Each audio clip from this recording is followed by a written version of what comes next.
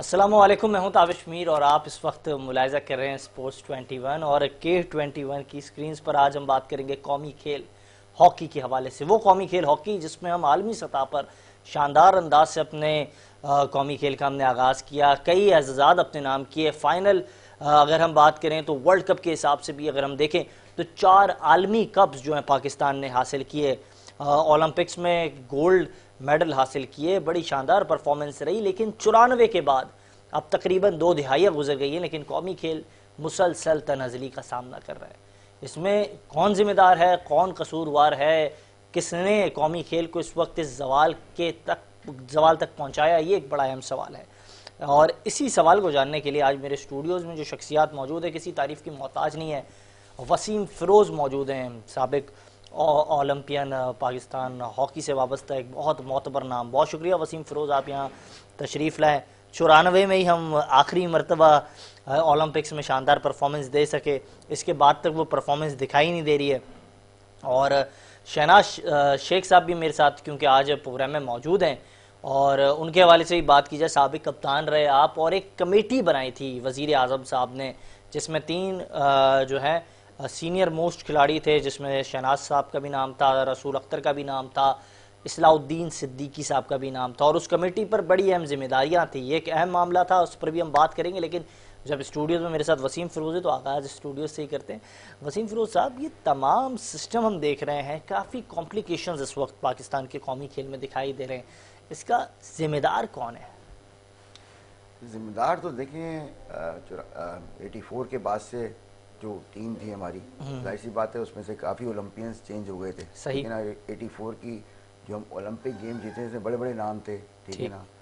उससे पहले शहनाज भाई थे। शहनाज भाई हमारे सेलेक्टर भी रह चुके हैं, हमारे मैनेजर भी रह चुके हैं, समीउल्लाह साहब भी मैनेजर और कोच रह चुके हैं। तो हम तो ग्रूम अप करके आए थे देखते हुए अपने स्टार्स को, मेगा स्टार्स को, भाई इनको देख के इतने मेडल्स थे पाकिस्तान के पास। तो हॉकी थी, क्रिकेट का तो नामो निशान भी नहीं था, बाद में आई है, ग्लैमर बाद में आया इसके अंदर। बस वो 92 में हम वर्ल्ड कप जीते, 94 में आखिरी जो है हमने ओलंपिक्स खेले, इसके बाद हम आगे गए नहीं गए, क्योंकि एक पैशन था, एक चार्म था। स्कूल लेवल बड़ा अच्छा था, क्लब्स बहुत अच्छे थे, और बात ये कि स्टार्स को पूछा जाता था, ठीक है ना, उनको देखने के लिए तरसते थे लोग, ठीक है। सही। हमने तो यहाँ से गली कूचे से हॉकी स्टार्ट की, क्लब में गए, क्लब से फिर डिपार्टमेंट में गए, डिपार्टमेंट से पाकिस्तान गए। तो ये एक सिस्टम था, पूरा चेन था, ठीक है ना।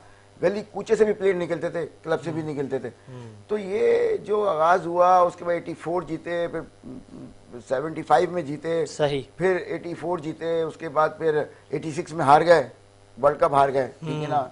आप जो है 11वीं पोजीशन पे आए। फिर उसके बाद हमारा बैच आया, ठीक है ना जी, सारे रिटायर हो गए, सारे बड़े बड़े नाम, कलीमुल्लाह, समीउल्लाह, हसन सरदार, हम उनके साथ खेलते हुए ग्रूम अप होते हुए आए थे। उसके बाद हमारा जब बैच आया तो हमने 90 में जो कदम रखा, 11वें के बाद हम फिर 90 में जब वर्ल्ड कप खेला लाहौर के अंदर, तो हम आए, फाइनल में खेले, हॉलैंड से हार गए, ठीक है ना। टीम ग्रूम हो चुकी थी, बन चुकी थी टीम, बड़े बड़े नाम आ गए। तो उसमें खेल के शहबाज भी था, ताहिर जमान था, शाहिद अली खान थे, मंसूर गोलकीपर था, ख्वाजा जो, बड़े बड़े नाम हम खेलते हुए हारते ना, तो बने हुए थे सब, एक उसमें सीनियर जूनियर कंबाइंड था। तो बात ये है कि उसके बाद 94 में तक खेले, 94 में जीत गए वर्ल्ड कप। अब उसके बाद क्या हुआ कि हॉकी को वो पजीराई नहीं मिली जो मिलनी चाहिए थी। हमारे कुछ सीनियर्स को इज्जत नहीं मिली, घर बिठा दिया, उनको बुलाते, सिलेक्शन कमेटी में बिठाते, उनको एडवाइज़र बनाते, तो ये हाल नहीं होता जो आज हुआ है, ठीक है ना। घर बिठा दिया, पूछा नहीं। और जो 84 का जो बैच था, 94 का जो बैच था, उन्होंने आके इस पर होल्ड कर लिया और उन्होंने देखा जी ये तो हरी हरी घास नज़र आ रही है, हमें पैसा नज़र आ रहा है, हॉकी तो वैसे ही जा आगे कुछ नहीं है, हारोगी तो हम पैसा क्यों ना कमाएं। जब देखो एक प्लेयर को जब आप किसी भी एक अच्छे ओहदे बिठा देंगे और वहाँ पैसा छोड़ देंगे, सुने, तो पैसे को देखेगा, खेल को नहीं देखेगा। यही हुआ है सारा का सारा अंजाम। हम क्योंकि एक अच्छी फैमिली से बिलोंग्स करते आ रहे थे, ग्रीन शर्ट के लिए खेले थे, पैसे को हमने अहमियत इसी दी कि हमें पैसा जब मिलेगा जब हम पाकिस्तान के लिए कुछ करेंगे। हमने पाकिस्तान के लिए किया, इतना खेलने के बाद अपने सीनियर से सीखा, उनको इज्जत दी, तो हमें आज सब कुछ, घर बार, दौलत, शोहरत सब मिली हुई। हॉकी ने दी ना, आपके बच्चे के पास क्यों नहीं है? ना कॉन्ट्रैक्ट पे बैठा हुआ है, ना जीत है, हाँ, ना उसके बाद रोजगार है, ठीक है, ना हॉकी है, उसके बाद हॉकी भी नहीं है, क्योंकि वो सिखाने वाले भी चले गए, उनको आपने दूर कर दिया है। तो सीखे कहाँ से सीखेंगे बच्चे? तो यही सारी चीजें थी ताबिश, जो कि आपके 21 की हैसियत से मैं बता रहा हूँ, हमारे अभी नाम आएंगे आपके पास, चैनल पे आएंगे। शहनाज शेख साहब, इतना बड़ा नाम पाकिस्तान अच्छा, का। ये तो सारे कॉम्प्लिकेशन रही, वसीम फिरोज, ये सारे मसाइल तो रहे। 94 के बाद अगर हम देखें, मेरी बात हो रही थी दीगर ओलंपियन से, उन्होंने कहा कि एक टेन्योर ऐसा गुजरा कि जिसमें सिर्फ हमने देखा कि उस वक्त हॉकी बेहतर होने के बजाय सिर्फ उसमें बिगाड़ आ रहा था, पॉलिटिक्स बहुत ज्यादा आ गई। तो ये पॉलिटिक्स का कौन जिम्मेदार है? सियासी तौर पे भर्तियां होने लगी, ईमानदारी पे लोग आने नहीं लगे। फिर आसिफ बाजवा साहब का टेन्योर गुजरा, बाजवा साहब को जो टेन्योर गुजरा उन्होंने वो लेकर आ गए नेदरलैंड से कोच, वो कोच जो है पेपर पे काम बताते थे। आप मुझे ये बात बताएं, माजी से जाएं आप, माजी, ठीक है ना, पुराना। हमारे शहनाज शेख साहब बैठे हुए चैनल पे, शमीला भाई बैठे हुए, इनके जमाने में कौन सा गोरा कोच था? नहीं था ना? क्यों नहीं था? क्योंकि हमारे पास हॉकी इतनी बड़ी थी, इतने बड़े बड़े नाम थे। आतिफ साहब चले आ रहे हैं, हमीदी साहब चले आ रहे हैं, रशीद जूनियर चले आ रहे हैं, बड़े बड़े नाम पीछे से, हमारे नसीब गुंदा चले आ रहे हैं। उसके बाद फिर वही साहब, बहुत बड़े बड़े नाम हमारे पाकिस्तान, उनको देखते हुए आए थे ना सारे बड़े नाम। अब बात ये कि उनको क्यों घर बिठाया आपने, हुकूमत ने क्यों नहीं तरजीह दी? कौमी खेल कहाँ गया आपका? जबकि हमारा प्राइम मिनिस्टर चीफ पैटर्न है हमारा हॉकी का, ठीक है ना। हमारे प्राइम मिनिस्टर शहबाज जो भी आता था वो चीफ पैटर्न था। ज़िया-उल हक साहब ने हाथ रखा हुआ था इस हॉकी के ऊपर, और कहते थे, वो पूछते थे इसको कि यार मेरा जो खेल है वो हॉकी है, और ये जीत नहीं, बड़े बड़े जो है अहम ओहदों पर बड़े अहम लोग इधर हॉकी को सर्व कर रहे थे। नूर खान साहब थे, और उनकी बड़ी अहम जिम्मेदारियां थी। नूर खान साहब, और बिल्कुल ठीक आपने फरमाया। ये चीज है, एक चीज और बताऊंगा, जी ऐड करूंगा कि इसके बाद फिर हमारे सीनियर बैठे में आप मुझसे लेंगे, मुझे खुशी होगी, बहुत अच्छा बताएंगे, क्योंकि मैं तो उनका छोटा हूँ, और दूसरी बात है कि उनसे सीखा है। वो सारी चीजें आपको ग्रूम करके बताएंगे क्या हो रहा है।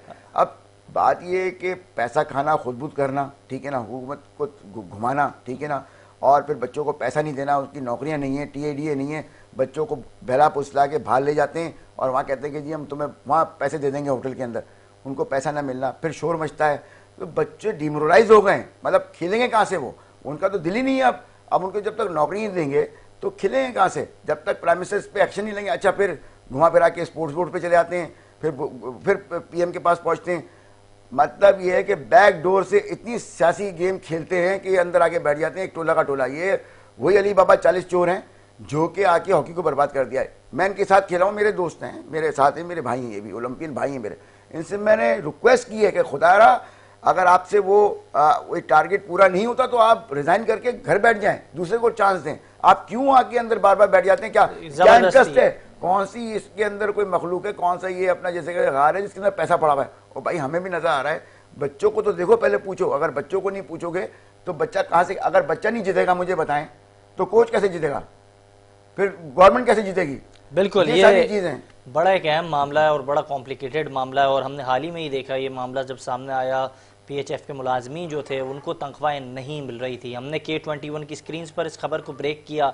खिलाड़ी अपनी डेलीज से महरूम थे, मुलाजमीन को 4 माह की तनख्वाह नहीं मिली थी। लेकिन कल K21 की आवाज़ जो है वो बनी, खिलाड़ियों की आवाज़, और उसने बड़ा एक एक्शन आया, और उसके बाद नताइज बिल्कुल तब्दील हुए। हमने देखा जो तनख्वाह नहीं मिल रही थी वो काम K21 में ये ऐड है कि अपने पैसे पूरे ले रहे हैं TADA के, अब बच्चों को पैसे नहीं दे रहे, उनके तनख्वाहें, उनकी जो डेली अलाउंस है उसको कम कर रहे हैं और अपने पैसे पूरे ले रहे हैं।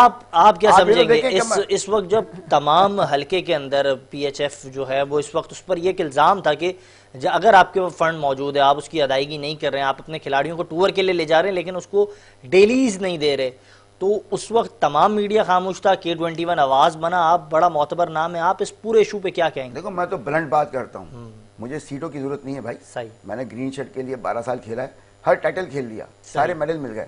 मेरे सीनियर मेरे साथ बैठे हुए हैं चैनल के ऊपर, मेरे ये बुजुर्ग हैं, मेरे फादर हैं, बिल्कुल बेहतर, ये दोनों समीउल्लाह और शहनाज शेख मेरे फादर हैं, जितने भी सीनियर सब मेरे फादर हैं। तो मैं तो इनकी तरफ से भी आवाज उठाता हूं मैं, ठीक है ना, कि ज्यादती होती है, और ये खुद बोलेंगे कि हाँ ये सही कह रहा है, क्योंकि आप ये देखें कि करोड़ रुपया खुदबुद कर लिया है, उसका कोई हिसाब किताब नहीं है, और इनकी पकड़ दकड़ होनी चाहिए, जबकि इनके कोर्ट में लेकिन ये जो आप कह रहे थे ना करोड़ों रुपया से मुतालिक, मैंने भी एक शख्स से सवाल किया था, मैं आपको बताऊंगा, लेकिन मैं चाहूंगा शहनाज साहब आपसे इस मौजू पर बात की जाए।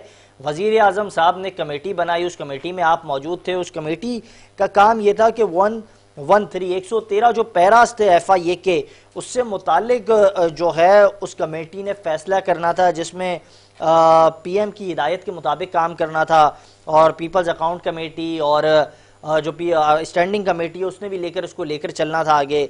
और उसमें आप भी मौजूद थे, रसूल अख्तर साहब भी मौजूद थे, उसमें इस्लाउद्दीन साहब भी मौजूद थे। तो उसके नताइज कहाँ तक पहुंचे सर? वो कमेटी ने आखिर में क्या अपनी फाइंडिंग्स दी? जी शहनाज भाई।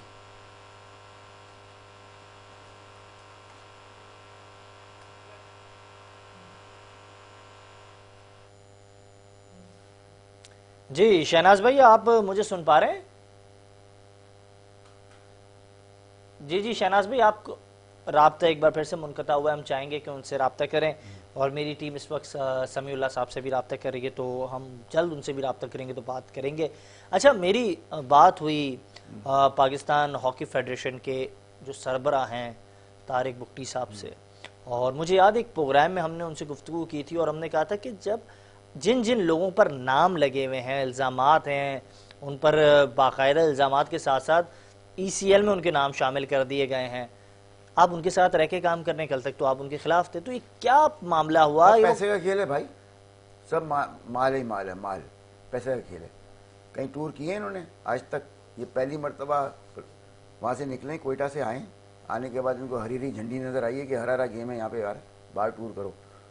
इनको बुलाया पुसलाया गया, इन्होंने क्या किया, यहाँ से तोड़ा, लात मारी, ठीक है ना, एक दूसरे जिन्होंने बिठाया लाके उनको साइड में हटाया, और जाके मलेशिया जा रहे हैं, ठीक है ना, टूर कर रहे हैं, बाहर के टूर करना शुरू कर दिए। भाई आपका टूर बनता ही नहीं है, आप क्यों इस तरह से कर रहे हो? इससे पहले खालिद सजाद खोकर थे, वो तो कभी नहीं गए, कोई कोई फाइनल हो गया तो चले गए, मगर आप जाके वहाँ पे अपने TADA बना रहे हो। 90 लाख रुपए निकाल लिए आपने बच्चों के, उनसे उनका हक बनता था, आपने खुद ले लिया अपना TADA बना के। आप पैसा जनरेट नहीं कर सकते, ये इनको पैसा जनरेट करना आता नहीं है, अच्छा, हॉकी का ही नहीं है पहली बात। अच्छा, इनको जो लाके बिठाया जब था, सवाल वसीम फिरोज, जब हम उनसे बात करते हैं ना, वो कहते हैं शायद वसीम फिरोज को ये पसंद नहीं है कि हम यूरोप जाते हैं, वहाँ इस तरह की हम जो है लॉबिंग कर रहे हैं कि पाकिस्तान के जो खिलाड़ी हैं वो यूरोप में जाके यूरोप की टीमों के साथ खेलें, ये वसीम फिरोज को अच्छा नहीं लगता। प्लेयर है पाकिस्तान के पास? वो तो ये कहते हैं। कितने प्लेयर हैं पाकिस्तान के, पूरे पाकिस्तान के पास 35 में टीम घूम रही है। हाँ, आपके पास अगला लॉट स्टार्ट तैयारी नहीं हुआ है, जूनियर स्ट्रेंथ, सही, जूनियर भी आप बाहर बैठे हैं अपना।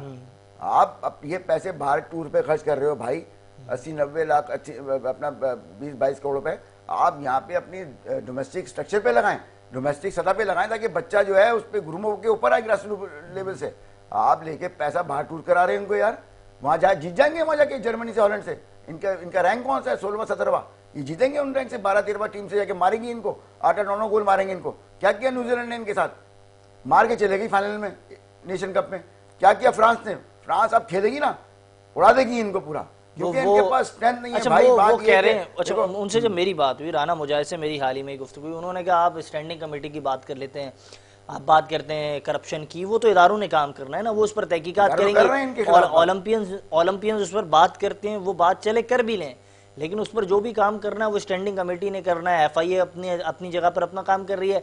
हमारे नताइज पर जो लोग कराची में नाराज हैं वो बात क्यों नहीं करते? हमारी कारकर्दगी साबका जो लोग थे कराची वाले, उनसे तो बेहतर है। कितना बोलेंगे हम, ये कराची चैनल से तो बात कर रहा हूँ, T21 के हवाले से हम एक्सप्रेस पे बैठ जाते हैं, एक्सप्रेस जियो पे भी चले जाते हैं, ठीक है ना, ऊपर सुनवाई नहीं है। ये तो राना सनाउल्लाह साहब को चाहिए इस प्रोग्राम के तवक्कुल से एक्शन लें।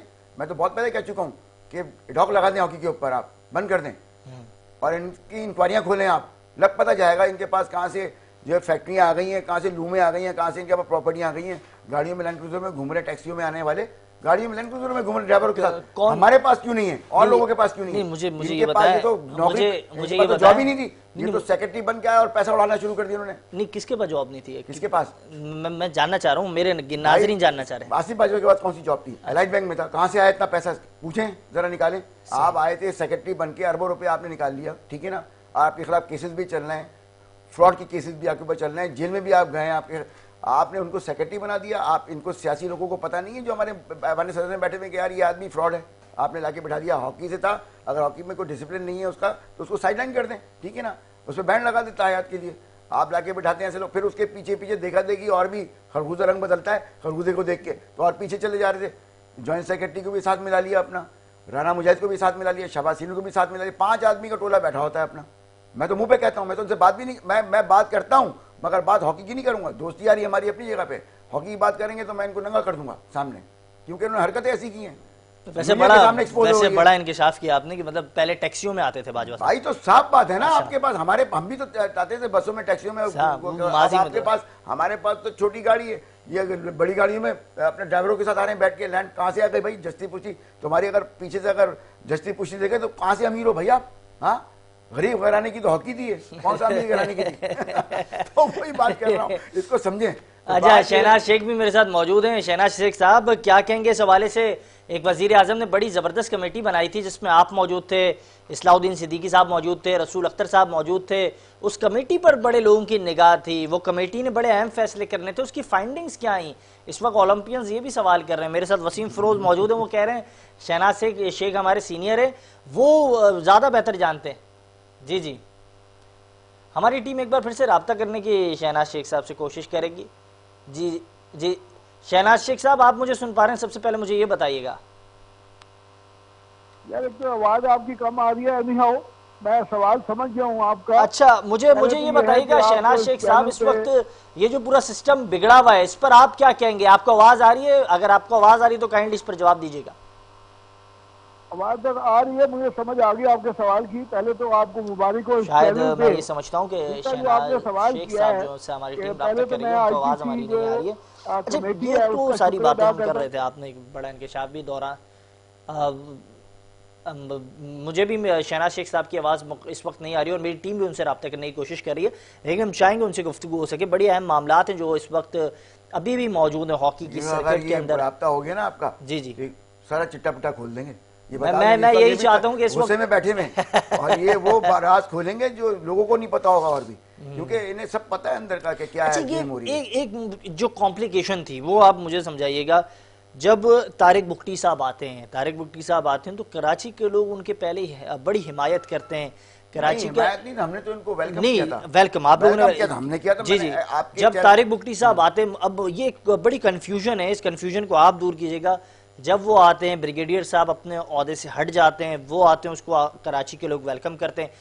फिर ऐसा क्या हो जाता है कि वो जो है लाहौर के जो लोग हैं उनके करीब हो जाते हैं, कराची के लोग जो है दूर हो जाते हैं? एक बड़ा अहम मामला है। मैं चाहूँगा मैं इस पर तफसीलन गुफ्तगू करूँ, लेकिन इस वक्त तो एक शॉर्ट ब्रेक का और इस मौजू पे बात की जाएगी। बड़ा एक अहम मामला है जिस पर हम कोशिश करेंगे बात करें कि क्या हुआ। बुख्टी साहब तो कराची वालों के थे, अब वो लाहौर वालों के हो गए और कराची वाले कहते हैं अब हमारे नहीं। ये तो बड़ा कॉम्प्लिकेशन है, तो इस पर बात की जाएगी, कहीं नहीं जाएगा। देखते रहे स्पोर्ट्स 21।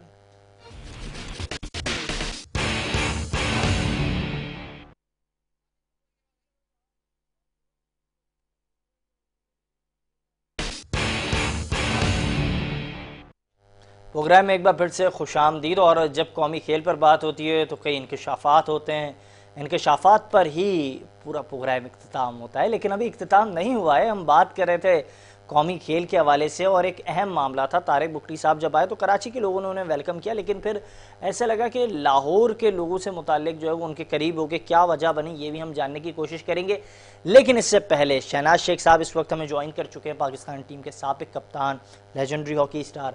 शहनाज शेख साहब, वज़ीर आज़म ने कमेटी बनाई थी, मुझे याद है, और उस कमेटी की जिम्मेदारी थी कि 113 पैरा जो थे FIA के, उसको देखते हुए वज़ीर आज़म की हिदायत पर उन्होंने फाइंडिंग्स देनी थी, जिसमें जो कमेटी थी हमारी पीपल्स अकाउंट कमेटी थी और जो हमारी स्टैंडिंग कमेटी थी उसको भी मद्देनज़र रखना था और तमाम उस पर तफसील देनी थी। तो उसकी क्या जो है तफसीलात सामने आई हैं, उससे आगाह कीजिएगा। आप लोगों ने वर्किंग की होगी, उसके क्या नताइज निकले? और वसीम फिरोज मेरे साथ यहाँ स्टूडियोज़ में मौजूद हैं, वो कहते हैं बड़ी उम्मीदें हमें शहनाज शेख से, तो इसका कोई मंतकी अंजाम तक ये मामला पहुंचा? आप लोगों ने कुछ इसके फाइंडिंग्स निकाले?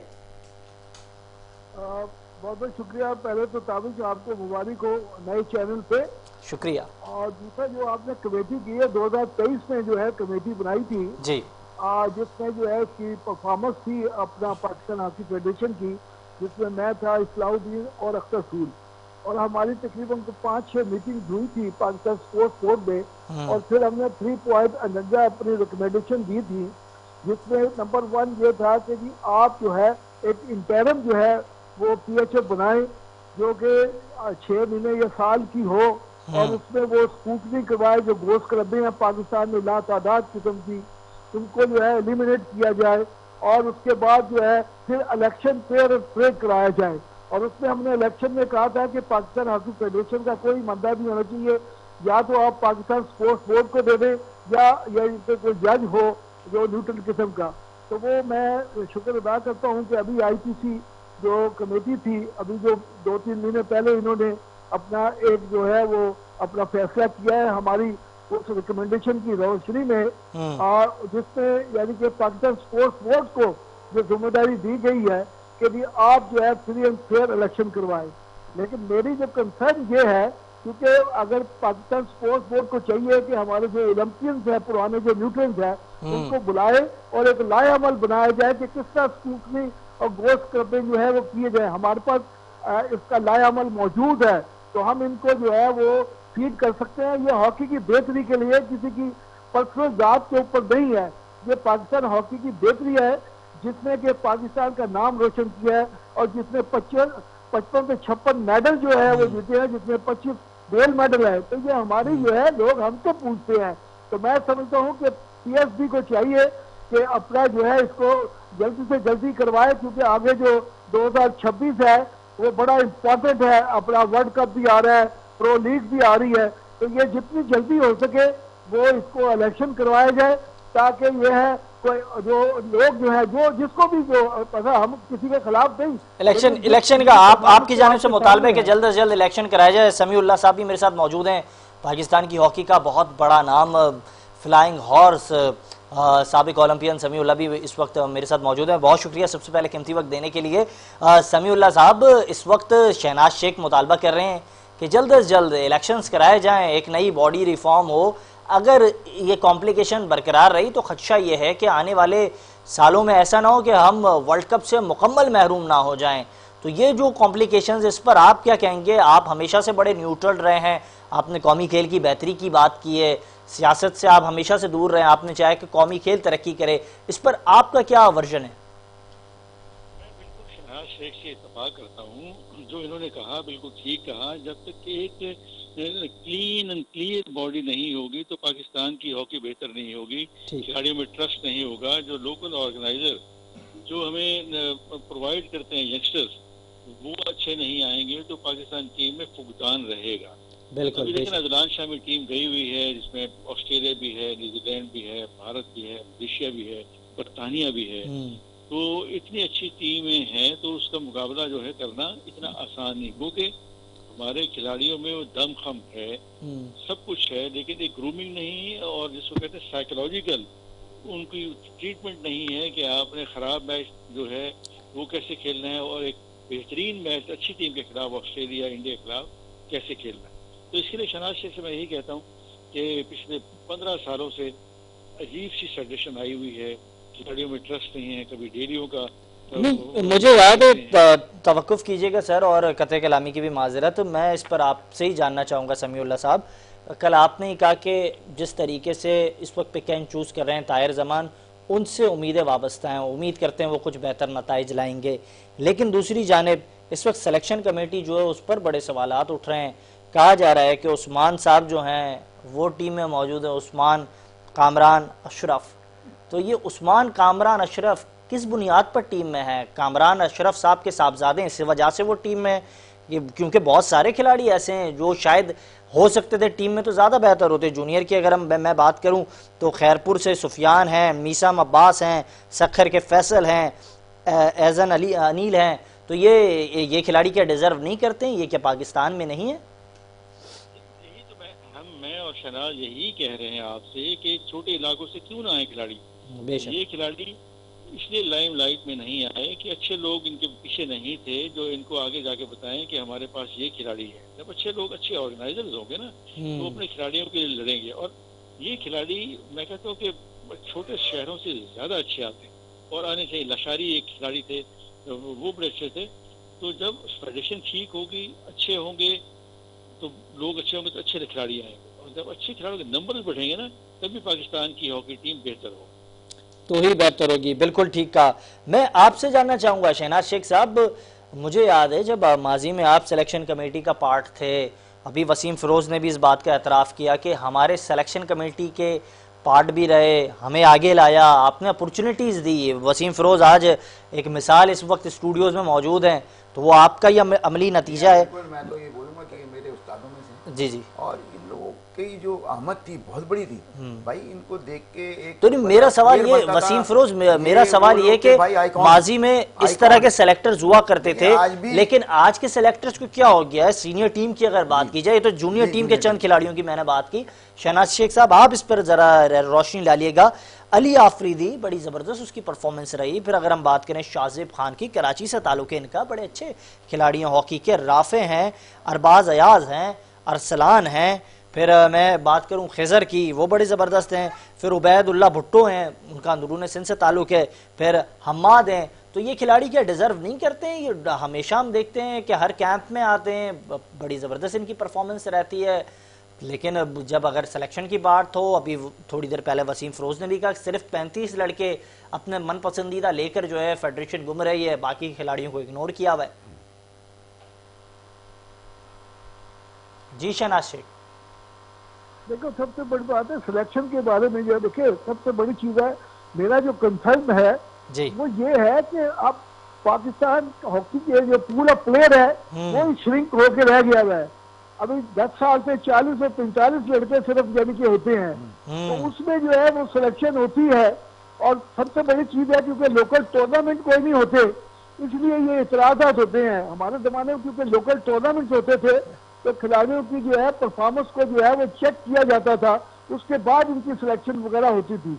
अब क्योंकि लोकल टूर्नामेंट्स कोई नहीं होते और वैसे भी 45 खिलाड़ी हैं टोटल होते हैं, तो इसमें सिलेक्शन जो है वो बड़ी आज़ादी है।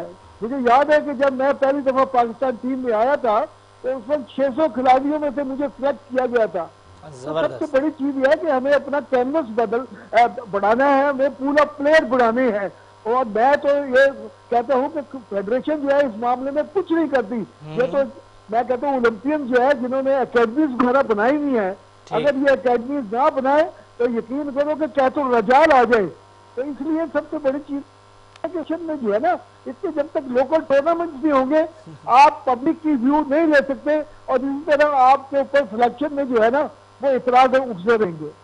बिल्कुल, बेशक आपने दुरुस्त फरमाया। इस वक्त क्योंकि पाकिस्तान की जो जूनियर साइड है वो भी सुल्तान वॉर वर्ल्ड कप खेलने के लिए मलेशिया में मौजूद है, तो वो भी एक जो है हमारी जूनियर टीम के लिए एक एक्सपोजर है। लेकिन हमें यही देखना होगा कि हमारी सीनियर टीम की परफॉर्मेंस अच्छी होगी तो वहीं से जूनियर टीम जो है उसको भी एक एक्सपोजर मिलेगा। ये एक बड़ा अहम मामला होता है।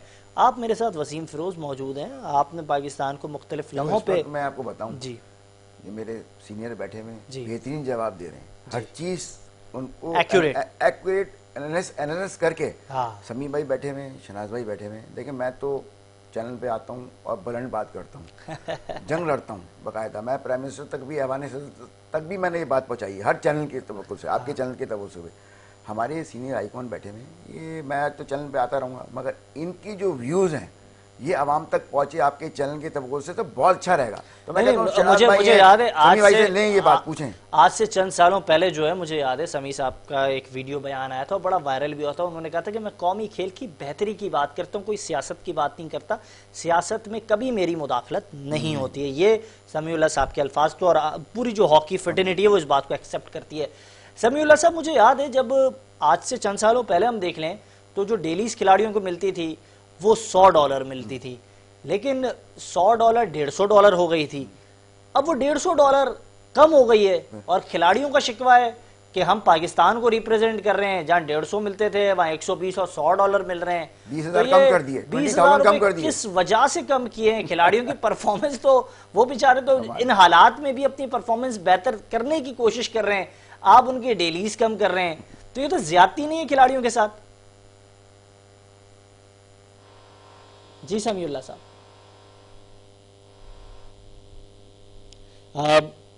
जी शहनाज शेख साहब, आप इस पर अपना जरा मौक़िफ़ दीजिएगा।